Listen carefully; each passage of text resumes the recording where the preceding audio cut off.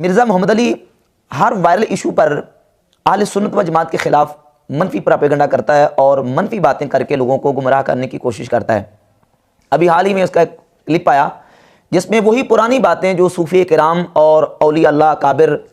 بزرگان دین کے حوالے سے کتابوں کے حوالے پیش کر کے ان کو نعوذ باللہ گستاخ ثابت کرنے کی کوشش کرتا ہے، وہی حوالے بار بار پیش کیے ہیں اور اہل سنت کو دعوت دی ہے کہ آپ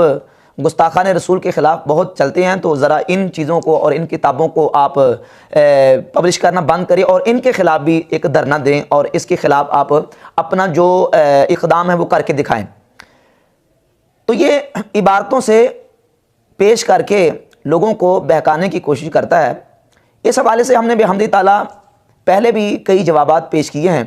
الزامی طور پر اور تحقیقی طور پر، لیکن لاتوں کے بوت باتوں سے نہیں مانتے۔ اس طرح کے لوگوں کو جب تک الزامی جواب نہ دیا جائے یہ باز نہیں آتے۔ پہلی بات تو یہ ہے کہ جب ہم بار بہا مرتبہ یہ نفی کر چکے ہیں کہ بزرگان دین اور اولیاء اللہ کی بعض تصوف کی کتابوں میں اس طرح کی عبارات اور چیزیں موجود ہیں جن کو ہم ڈینائی کرتے ہیں، جس کی نفی کرتے ہیں، ہم کہتے ہیں کہ یہ الحاقی اور بعد میں لوگوں نے ملائی ہوئی ہیں، یہ جعلی اور من گڑت ہیں، یہ سچی اور حقیقی باتیں نہیں ہیں۔ اور پھر اگر کوئی ایسی بات آتی ہے جس کی تعویل ہوتی ہے تو بعض علماء نے اس کی تعویلات بھی کی ہیں۔ نہ صرف بریلوی علماء نے تعویلات کی ہیں بلکہ وہ علماء اور وہ محدثین جو غیر مقلدین بھی اور مرزا بھی جن کو فالو کرتا ہے اور جن کے نام لے کے حوالے پیش کرتا ہے، انہوں نے ان چیزوں کی تعویلات کی ہیں۔ تو جب وہ تعویلات کر رہے ہیں تو پھر اہل سنت بریلوی اگر تعویلات کرتے ہیں تو ان کو ماننا پڑے گا۔ اب عوام کو یہ گمراہ کرنے کے لیے بار بار ان چیزوں کے حوالے پیش کرتا ہے تو پھر مجبوراً ہمیں الزامی طور پہ کچھ ایسی چیزیں پیش کرنی پڑتی ہیں جو اس کے مسلمات سے ہیں، کیونکہ اصول یہ ہے کہ الزام الخصم بما ہوا قائل ہو،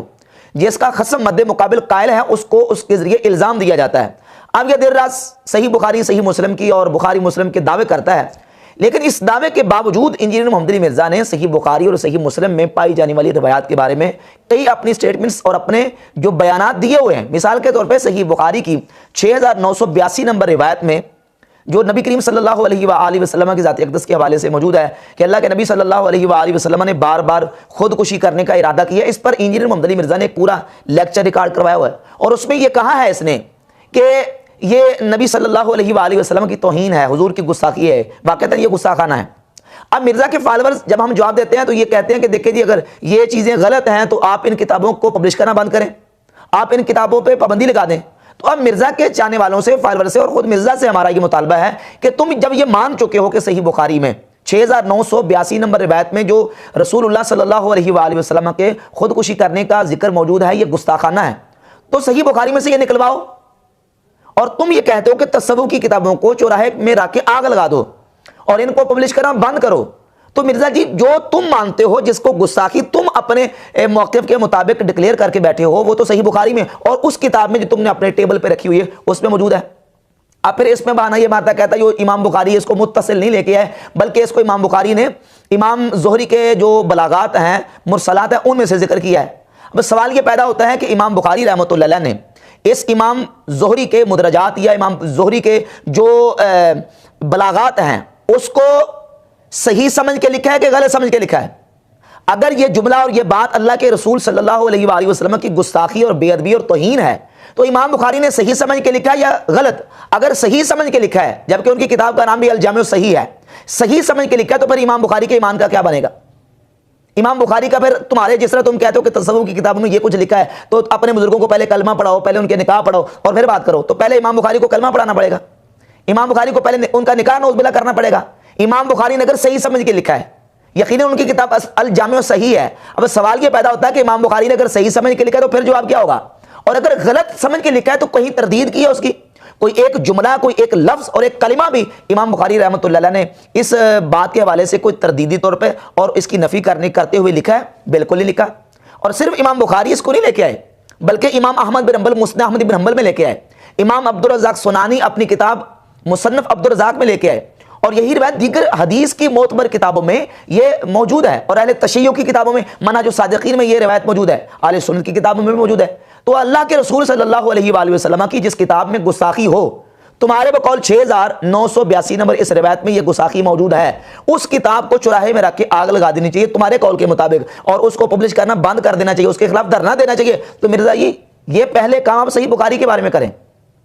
صحیح بخاری کے بارے میں پہلے یہ اقدام اٹھائیں، اور جو کتاب تم نے ٹیبل کے اوپر رکھی ہے اس کتاب کے بارے میں تم نے کہا ہے کہ یہ اللہ کے رسول صلی اللہ علیہ وسلم کی گستاخی اور بے ادبی اور نبی علیہ الصلوۃ والسلام کی توہین ہے، تو تصوف کی کتابوں پہ سارا زور دیتے ہو۔ پھر اسی طرح مشکات کی 4902 نمبر روایت کے بارے میں تم نے یہ کہا، وہ جو روایت امام حسن بصری سے، من تعذب عزاء الجاہلیت فاعدوا ولا تکنوا، اصل میں یہ روایت مسند احمد بن حنبل میں جو اسلام 360 وابیوں کی ہے اس میں 9737 نمبر ہے، اور الادب المفرد امام بخاری کی 991 نمبر روایت ہے، اور سلسلۃ احادیث سیاح البانی نے 409 نمبر اس روایت کو ذکر کیا، اور امام ابو محمد حسین بن مسعود البغوی، یہ ان کی کتاب مصابیح السنہ المتوفہ 516 ہجری، یہ حسین بن مسعود، یہ کہتا ہے نا کہ ابو حسین مسلم بن حجاج القشیری ہمارے امام ہیں، وہ تو گستاخیاں نہیں کرتے، تمہارے باعث بستامی گستاخیاں کرتے ہیں، تو یہ حسین بن مسعود البغوی ہیں، اپنی کتاب مصابیح السنہ اس میں روایت نمبر 1747 یہی لے کے آئے، من تعذب عزاء الجاہلیت فاعدوا ولا تکنوا، جو جاہلیت کے نسب پہ فخر کرے تو اسے اپنے آباء و اجداد کی آر دلاؤ اور کنایہ نہ کرو۔ اس روایت کو لے کے امام بخاری 991 نمبر الادب المفرد میں، مسند احمد بن حنبل میں، اور سلسلۃ احادیث صحیحہ میں، اور اسلام 360 ایپ میں اس کو صحیح قرار دیا گیا، البانی نے اس کو صحیح کہا، الادب المفرد کے محققین نے اس روایت کو صحیح قرار دیا، اور مرزا کہتا ہے جو اس کو صحیح مانتا ہے اس کے ایمان کا بیڑا غرق ہے،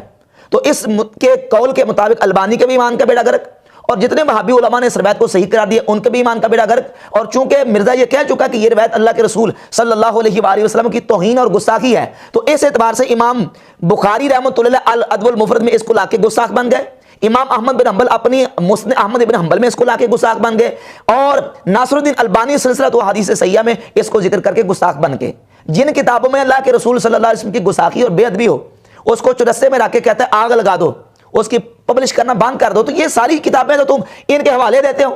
اور یہ کتابیں وہ ہیں جو تم نے اپنے ٹیبل اور ڈیسک پہ سامنے رکھی ہوئی ہیں۔ تصوف کی کتابیں تو بعد کی بات ہیں،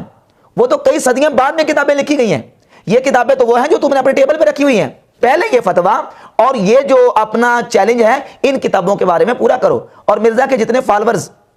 اس طرح کی باتیں پھر کرتے ہیں جی اگر یہ ان چیزوں میں الحاقی چیزیں کتابوں میں موجود ہیں تو ان کتابوں کو پبلش کرنا بند کرو۔ بھائی یہ دعوے تو تمہارے مرزا نے کیے ہوئے ہیں صحیح بخاری اور صحیح مسلم اور دیگر کتابوں کے بارے میں، اور مشکات کے اور دیگر حدیث کی کتابوں کے بارے میں کہ ان میں رسول اللہ صلی اللہ علیہ وآلہ وسلم کی توہین اور گستاخی موجود ہے۔ اور پھر یہ حوالے پیش کرتا ہے بار بار صوفیہ کی کتابوں سے۔ ہم نے بحمد تعالیٰ یہ بات بالکل دلائل کے ساتھ واضح کی تھی کہ صوفیہ کی کتابوں کی اتھینٹسٹی اور ان کا مستند ہونا اس قدر نہیں ہے جس طرح حدیث کی کتابوں کا ہے، اس کے باوجود کہ حدیث کی کتابوں میں محدثین نے احادیث کو جمع کرنے میں بڑی انہوں نے کوشش کی اور بڑا انہوں نے احتیاط کا دامن تھام کے رکھا ہے، لیکن اس کے باوجود حدیث کی کتابوں میں موضوع، من گڑھ اور جعلی احادیث موجود ہیں، اور وہ روایات جو رسول اللہ صلی اللہ علیہ وآلہ وسلم کی طرف جھوٹی منسوب ہیں، موضوع اور جعلی اس کو کہتے ہیں نا جو نبی کریم صلی اللہ علیہ وسلم کی حدیث نہیں ہوتی، کسی نے ویسے بنا کے حضور کی طرف نسبت کر دی ہوتی ہے، لیکن اس کے باوجود جو ہے نا وہ حدیثیں حدیث کی کتابوں میں موجود ہیں۔ اب سوال یہ پیدا ہوتا ہے کہ وہ جعلی اور من گڑھ احادیث محدثین کے احتیاط کرنے کے باوجود اگر حدیث کی کتابوں میں آ سکتی ہیں تو تصوف کی کتابوں میں بھی کمزور باتیں آ سکتی ہیں، اور آئی ہیں، ہم تو مانتے آئی ہیں، اور جو قرآن و حدیث کے خلاف بات ہے ہم اس کو تسلیم کرنے کے لیے ہرگز تیار نہیں ہیں۔ ہاں جس کی کوئی تعویل ہوتی ہے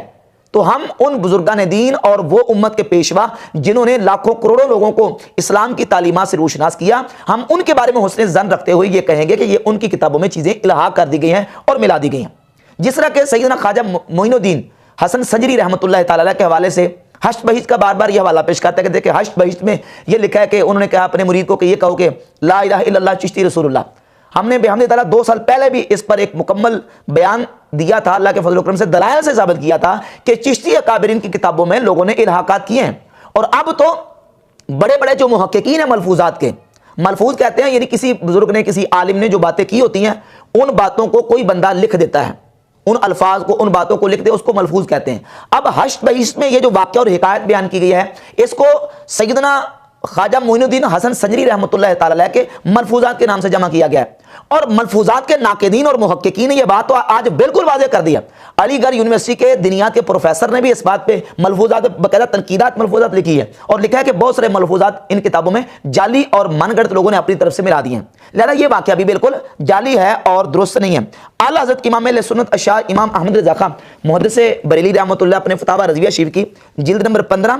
اور صفحہ نمبر 555 پہ لکھتے ہیں کہ اولاً کوئی کتاب یا رسالہ کسی بزرگ کے نام سے منسوب ہونا اس سے ثبوت قطعی کو مستلزم نہیں. بہت رسالے خصوصاً اکابر چشت کے نام منسوب ہیں جس کا اصلاً ثبوت نہیں. یعنی بہت ساری کتابیں ایسی ہیں جو اکابرین چشت یعنی چشتی جو تصوف کا سلسلہ ہے ان کے بارے میں مشہور کر دی گئی ہیں، جبکہ ان کا اصلاً ان سے ثابت ہونا بالکل ثابت نہیں ہے، جھوٹی باتیں ان کی طرف منسوب کر دی گئی ہیں. اور سیدنا خواجہ معین الدین حسن سنجری رحمۃ اللہ، آپ کا نام حسن ہے، حسن بن حسن سنجری رحمۃ اللہ، آپ کی نسبت علاقائی اعتبار سے سنجری ہے. اب یہ جو آپ کو چشتی کہا جاتا ہے، یہ چشتی بہت سالہ سال بعد میں آپ کو چشتی کہا گیا ہے. یعنی آپ کی زندگی میں نہ تو آپ کا کوئی علاقہ چشت ہے اور نہ ہی اس طرح کا کوئی آپ کے ساتھ کوئی نسبت ہے چشتی والی.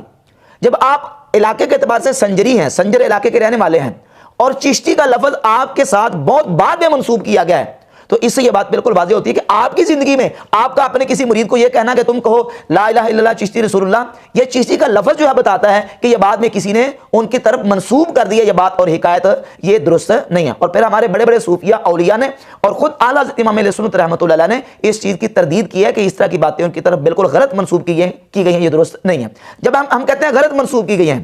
تو اب مرزا کے فالوورز کہتے ہیں پھر ان کتابوں کو پبلش کرنا بند کرو. تو بھائی رسول اللہ صلی اللہ علیہ وسلم کی طرف غلط باتیں منسوب کی گئی ہیں اور حدیث کی کتابوں میں ہیں.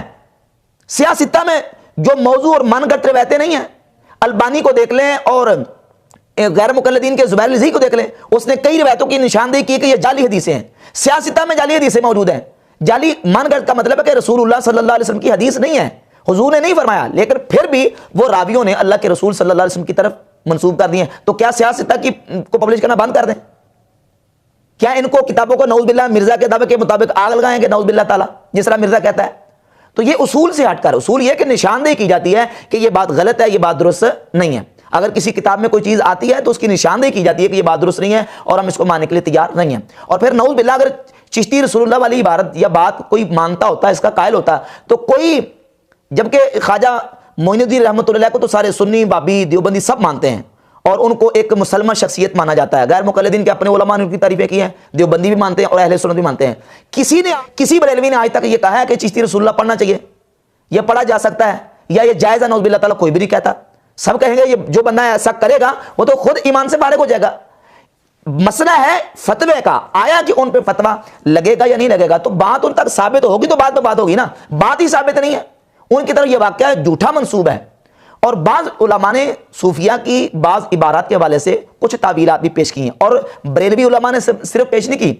بلکہ محدثین نے پیش کی ہیں. اور اس کو میں بیان کرنے سے پہلے دو روایت صحیح بخاری اور مسلم سے بیان کروں گا. صحیح بخاری میں جس کا مرزا نے حوالہ دیا اور ساتھ اس کی انشاءاللہ جو اس نے ایک غلط بیانی کی اس کا رادیو میں پیش کروں گا. صحیح بخاری میں 3481 نمبر اور 6481 نمبر اور 7508 نمبر 3 مقامات پہ یہ روایت موجود ہے کہ نبی پاک صلی اللہ تعالیٰ علیہ وآلہ وسلم نے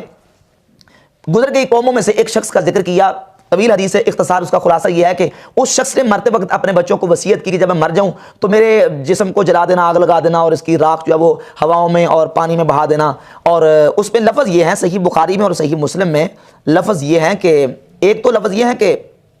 اس نے اپنے بچوں سے کہا لَإِن قَدَرَ اللَّهُ عَلَيْهِ لَيُعَذِّبَنَّهُ عَذَابًا لَا يُعَذِّبُهُ أَحَدًا مِنَ الْعَالَمِينَ. اور دوسرے لفظ لَإِن قَدَرَ عَلَيَّ رَبِّي لَيُعَذِّبُنِي عَذَابًا مَا عَذَّبَهُ بِهِ أَحَدًا. اور صحیح بخاری میں اور صحیح مسلم میں اس طرح کے متعدد الفاظ موجود ہیں کہ اس نے اپنے بچوں کو وصیت کی. اس میں لفظ قَدَرَ يَقْدِرُ. اب مرزا نے اس کا یہ ترجمہ کیا ہے کہ اس نے اپنے بچوں کو یہ وصیت کی کہ اگر میرا رب مجھ پر قادر ہوا تو وہ مجھے عذاب دے گا، اس لیے تم میری جو نا وہ میت کو جلا دینا اور اس کو ہواؤں میں اس کی خاک کو اڑا دینا. تو مرزا کہہ رہا دیکھیں جی اس سے ثابت یہ ہوا کہ اس بندے نے اللہ کی قدرت کا انکار کیا، اور لیکن وہ مطلق انکار نہیں کیا تھا، جزوی طور پہ انکار کیا تھا. تو ثابت ہوا کہ کوئی بندہ اگر جزوی طور پہ کفر کرتا ہے تو اس کو کافر نہیں کہا جا سکتا. اور پھر یہ بہتان لگایا کہ حافظ ابن حجر عسقلانی نے اس بات کو بیان کیا ہے کہ اس نے جزوی طور پر کفر کیا ہے، حالانکہ بالکل یہ سفید جھوٹ ہے. حافظ ابن حجر عسقلانی نے بالکل قطعاً ایسی بات نہیں کی، بلکہ تکفیر کے قول کا رد کیا ہے کہ اس بندے پر کفر کا فتویٰ نہیں لگ سکتا. امام شرف الدین یحییٰ نووی رحمۃ اللہ علیہ نے صحیح مسلم کی شرح میں یہ کتاب موجود ہے، اور اسی طرح امام ابن حجر عسقلانی رحمۃ اللہ علیہ نے فتح الباری میں اس روایت کی پوری جو نا وہ وضاحت کی. میں کچھ چند چیزیں آپ کے سامنے رکھتا ہوں انشاءاللہ تاکہ پتہ چل جائے، واضح ہو جائے کہ حدیث کی جو تشریح اور توضیح ہے وہی معتبر ہے جو اکابر علماء اسلاف امت اور محدثین اور ائمہ نے کیا ہے. امام نووی رحمۃ اللہ علیہ صحیح مسلم کی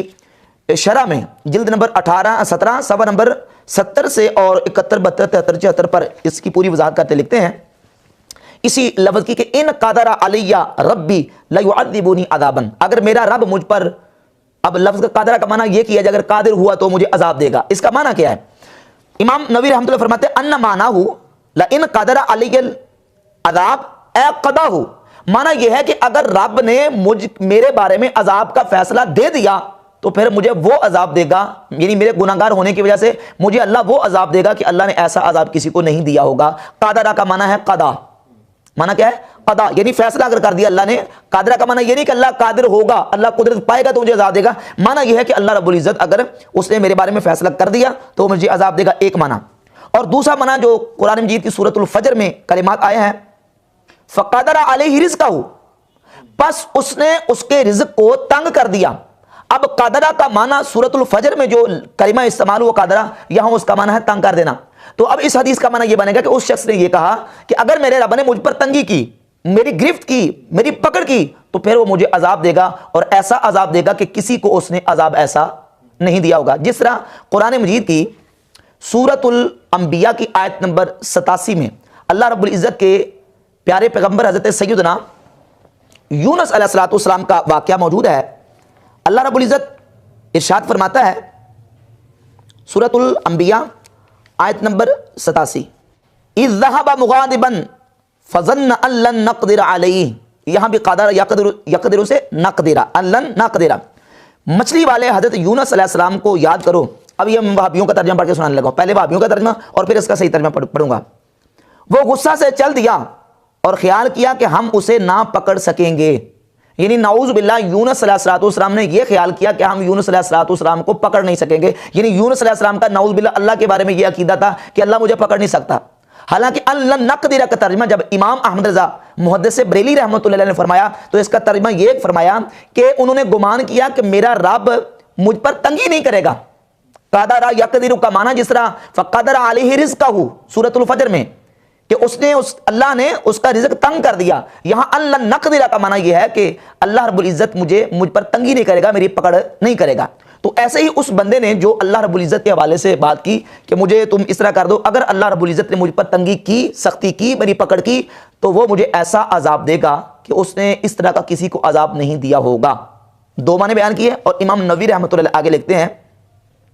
وقالت طائفۃ اللفظ علی ظاہرہ، ایک گروہ نے یہ کہا کہ لفظ تو اپنے ظاہر پر معمول ہے، ولیکن قالہ ھذا الرجل وهو غیر ضابط لکلامہ ولا قاصد لحقیقت معنہ ومعتقد لها، کہتے ہیں لیکن وہ بندہ یہ لفظ بولتے وقت اپنے کلام کو ضبط نہ کر سکا، اپنے کلام کو ضبط کرنے والا نہیں تھا، اور اس کی معنی کی حقیقت کا قصد نہیں کرنے والا تھا، اور اس کا اعتقاد بھی نہیں رکھتا تھا، بل قالہ فی حالت غلب علیہ فیہا الدہش والخوف وشدت الجزع، بلکہ یہ اس حالت میں اس نے یہ لفظ بولے ہیں جب اس پر دہش، خوف اور شدت جزع، یعنی بہت غم اور پریشانی کی حالت تھی، اس حالت میں اس نے لفظ بولے بحیث ذہب تیقظہ وتدبر ما یقولہ، اس حیثیت سے کہ جب اس نے یہ لفظ بولے تو اس کا تدبر، یعنی اس کی سوچ، اس کا یعنی عقل موو ہو چکی تھی، فصار فی مان الغافل والناسی، گویا کہ وہ ایسے ہو گیا جیسے ایک بندہ بے خبر ہوتا ہے، بھولنے والا ہوتا ہے، وہذہ الحالۃ لا یؤاخذ فیہا، اور ایسی حالت میں کسی بندے پر شریعت گرفت نہیں کرتی، پکڑ نہیں کرتی، مواخذہ نہیں کرتی۔ یہ امام نبوی اور تقریباً اس سے ملتی جلتی امام ابن حجر اسقلانی رحمۃ اللہ علیہ نے شرح بیان کیا۔ اور اسی طرح پھر امام نووی رحمۃ اللہ فرماتے ہیں، اسی طرح ایک اور واقعہ صحیح مسلم میں موجود ہے، صحیح مسلم کی حدیث نمبر 6960 ہے۔ نبی کریم صلی اللہ تعالیٰ علیہ وآلہ وسلم نے ایک شخص کا واقعہ بیان کیا، واقعہ بھی طویل ہے، کہ ایک بندے کا جنگل میں اونٹ گم ہو گیا، سواری گم ہو گئی، تو بڑی مشکل کے بعد جب اس کو سواری ملتی ہے تو وہ اتنا خوش ہوتا ہے کہ وہ کہتا ہے کہ اللہم انکا عبدی وانا ربوکا، یہ بظاہر لفظ جملہ جو ہے یہ دیکھیں، وہ کہتا ہے کہ اے اللہ تو میرا بندہ ہے اور میں تیرا رب ہوں، اخطا من شدت الفرح، اس بندے نے یہ خطا اور غلطی جو کی ہے وہ ایک شدت فرح، یعنی اس پہ اس قدر خوشی کا غلبہ ہو گیا کہ وہ غافل اور ناسی کے درجے میں آ گیا، اسے پتہ نہیں ہے کہ وہ لفظ جو اس نے ادا کیے ہیں وہ لفظ جو ہے وہ کیا بول رہا ہے۔ تو امام نووی رحمۃ اللہ فرماتے ہیں وَنَحْوُ قَوْلِ الْقَائِلِ الْآخَرِ الَّذِي غَلَبَ عَلَيْهِ الْفَرْحُ، ایسے ہی ایک اس قول کا قائل کا قول ہے جس پر فرع کا غلبہ تھا، ہی نہ وجد راحلتہ، جب اس نے اپنی سواری کو پایا اور اس نے کہا انت عبدی وانا ربک، کہ اے اللہ تو میرا بندہ ہے اور میں تیرا رب ہوں، فلم یکفر بذالک، فرماتے ہیں بذالک الدہش والغلبۃ والسہو، اس دہش، غلبہ اور سہو کی وجہ سے اس پر کفر کا حکم نہیں لگایا جائے گا، کفر کا حکم نہیں لگایا جائے گا۔ ایک تعویل یہ کی، اور ایک اور طویل امام نووی رحمۃ اللہ نے فرمائی، اور وہ طویل یہ ہے کہ بعض علماء نے یہ کہا ھذا من مجاز کلام العرب وبدیع استعمالها یسمونہ مزج الشک بالیقین، فرماتے ہیں یہ کلام عرب کی ایک قسم ہے بلاغت کی جس کو مزج الشک بالیقین کہتے ہیں، یعنی صورتہ شک ولا مراد بالیقین، لفظ بظاہر شک والا ہوتا ہے لیکن اس سے مراد یقین ہوتا ہے، یعنی اس بندے کا کہنے کا مقصد یہ تھا کہ میری اللہ رب العزت یقیناً گرفت کرے گا، یقیناً پکڑ کرے گا، اور اس نے میری پکڑ کرنی ہے اور پھر مجھے ایسا عذاب ہو دے گا کہ جو اس نے کسی کو عذاب نہیں دیا ہوا۔ اور آخری تعویل امام نووی رحمۃ اللہ علیہ نے اس شخص کے حوالے سے جو صحیح مسلم کی حدیث ہے وہ بیان فرمائی ہے کہ صحیح بخاری مسلم دونوں میں موجود ہے، فرماتے ہیں وقالت طائفۃ کان ھذا الرجل فی زمان فترۃ، یہ شخص جس نے یہ کہا تھا کہ اللہ میری گرفت کرے گا، اور مرزا نے ترجمہ کیا، کہتے ہیں اگر اس کو ظاہر پہ محمول کریں کہ اللہ مجھے اگر قادر ہوا پکڑنے پر تو مجھے وہ عذاب دے گا، کہتے ہیں وہ شخص زمانہ فترت میں موجود تھا۔ زمانہ فترت اس زمانے کو کہتے ہیں کہ جس زمانے میں اللہ کے نبیوں کی آمد کا سلسلہ وہاں موقوف رہ گیا ہو، اور اس علاقے میں اللہ کے نبی نہ آئے ہوں، اور نبی کی تعلیمات اس علاقے کے لوگوں تک نہ پہنچی ہوں، تو اس علاقے کے لوگ زمانہ فترت کے لوگ ہوتے ہیں۔ اور ان لوگوں کے لیے، ایسے لوگوں کے لیے صرف اتنا ہی کافی ہے کہ وہ صرف اللہ رب العزت کی توحید کو ماننے والے ہوں۔ امام نووی فرماتے ہیں کہ کان ھذا الرجل فی زمان فترۃ حین ینفع مجرد توحید، ایسے لوگوں کو صرف توحید ہی سے نفع ہوتا ہے، ولا تکلیف قبل ورود الشرع علی مذہب صحیح، اور صحیح مذہب پر شریعت کے وارد ہونے سے پہلے کسی شخص کو اللہ رب العزت تکلیف نہیں دیتا، کیونکہ قرآن میں بیان کرتا ہے کہ وما کنا معذبین حتی نبعث رسولا، ہم کسی قوم کو عذاب نہیں دیتے حتیٰ کہ ہم ان میں رسول کو مبعوث فرما دیں۔ تو وہ زمانہ فطرت کا شخص تھا، تو زمانہ فطرت کا شخص اگر اللہ رب العزت کی صفات، تفصیلی صفات سے غافل بھی ہو، صرف اللہ کی توحید کو ماننے والا ہو، تو اگر اس سے اس طرح کا کوئی معاملہ پیش آئے تو اس پر حکم وہ نہیں لگے گا، بلکہ اس کو مجرد توحید ہی نفع دے گی۔ تو یہ ساری تفصیلات ہیں، اور یہ مرزا نے حافظ ابن جزکلانی کے حوالے سے جو دعویٰ کیا، اور یہ جو آگے لوگوں کو گمراہ کرنے کی کوشش کی ہے کہ جس بندے میں جزوی طور پر کفر ہو تو اس کو کافر نہیں کہہ سکتے، قرآن کے خلاف ہے۔ سورۃ التوبہ میں قرآن میں اللہ رب العزت فرماتا ہے وَلَقَدْ قَالُوا كَلِمَةَ الْكُفْرِ وَكَفَرُوا بَعْدَ إِسْلَامِهِمْ، اور تحقیق انہوں نے کفر کا کلمہ کہا اور اسلام لانے کے بعد کافر ہو گئے۔ کوئی کتابیں نہیں لکھی کفر پر، وَلَقَدْ قَالُوا كَلِمَةَ الْكُفْرِ، ایک کفر کا کلمہ کہا اور اسلام لانے کے بعد کافر ہو گئے۔ لہذا یہ بالکل اس کا ایک ایسا موقف ہے جو آج تک پوری امت میں کسی نے پیش نہیں کیا کہ جزوی کفر ہو تو بندہ کافر نہیں ہوتا۔ تو قرآن تو کہتے ہیں ایک کلمہ بھی کفر کا کہے تو بندہ کافر ہو جاتا ہے، اس کا ایمان کے ساتھ تعلق باقی نہیں رہتا۔ قرآن کہتا ہے لا تعتذروا قد کفرتم بعد ایمانکم، آپ بہانے مت بناؤ، تم ایمان لانے کے بعد کافر ہو چکے ہو۔ تو صوفیہ کی کتابوں کے حوالے سے جو علماء نے، ائمہ اور محدثین نے اقوال تعویل کے حوالے سے پیش کیے ہیں، ان میں سے امام ابن جزکلانی، حافظ ذہبی اور دیگر علماء کے اقوال موجود ہیں۔ جس طرح میں نے حوالہ پیش کیا امام نووی کا، امام نووی رحمۃ اللہ علیہ نے اسی شخص کے بارے میں جس نے کہا تھا کہ جس نے کہا تھا کہ اگر میرا رب جو ہے وہ مجھ پر سختی کرے گا، اگر قادرہ کمانا قدرت لو، تو فرماتا ہے یہ غلبہ دہشت اور ایسی خوف کی حالت میں اس نے یہ جملہ کہا ہے کہ فرماتے ہیں کہ وہ ناسی اور جو نا وہ غافل کے حکم میں ہے، اس پر کفر کا حکم اور شریعت کا حکم نہیں لگتا۔ اسی طرح کی بات امام ابن حجر اسقلانی نے فتح الباری میں کی ہے، اور حافظ ابن حجر اسقلانی نے اپنی ایک اور کتاب لسان المیزان، یہ اسماء و رجال کی معتبر کتاب ہے، جلد نمبر 3 صفحہ نمبر 215 پر کی ہے، اور امام ذہبی نے سیر و اعلام النبلاء کی جلد نمبر 10 صفحہ نمبر 264 پہ کی ہے۔ سیدنا شیخ باجزید بستامی رحمۃ اللہ تعالی کے حوالے سے پہلے میں یہ بات عرض کر دوں، شیخ سیدنا باجزید بستامی تیفور ابن عیسیٰ رحمۃ اللہ کے حوالے سے علامہ ذہبی نے یہ بات لکھی ہے کہ ان سے بہت ساری ایسی عبارات اور اس طرح کی باتیں منقول ہیں، انہ قالھا فی حال الدہشت والسکر والغیبت والمحو، کہ انہوں نے اس طرح کی باتیں دہشت و غیبت، سکر و محو کی حالت میں کی ہیں۔ فیطوی ولا یحتج بہا، ان کو لپیٹ دیا جائے گا، ان سے احتجاج نہیں کیا جائے گا، ان کو دلیل کے طور پر پیش نہیں کیا جا سکتا۔ یہ بریلوی علماء نہیں، علامہ ذہبی جو ہیں وہ بہت بڑے نقاد، عظیم امام اور محدث ہیں، وہ کہتے ہیں کہ سیدنا باجزید بستامی رحمۃ اللہ علیہ سے اس طرح کی اگر کوئی اقوال یا اس طرح کی چیزیں منقول ہیں تو وہ حالت دہشت، غیبت اور محو کی حالت میں ہیں، ان کو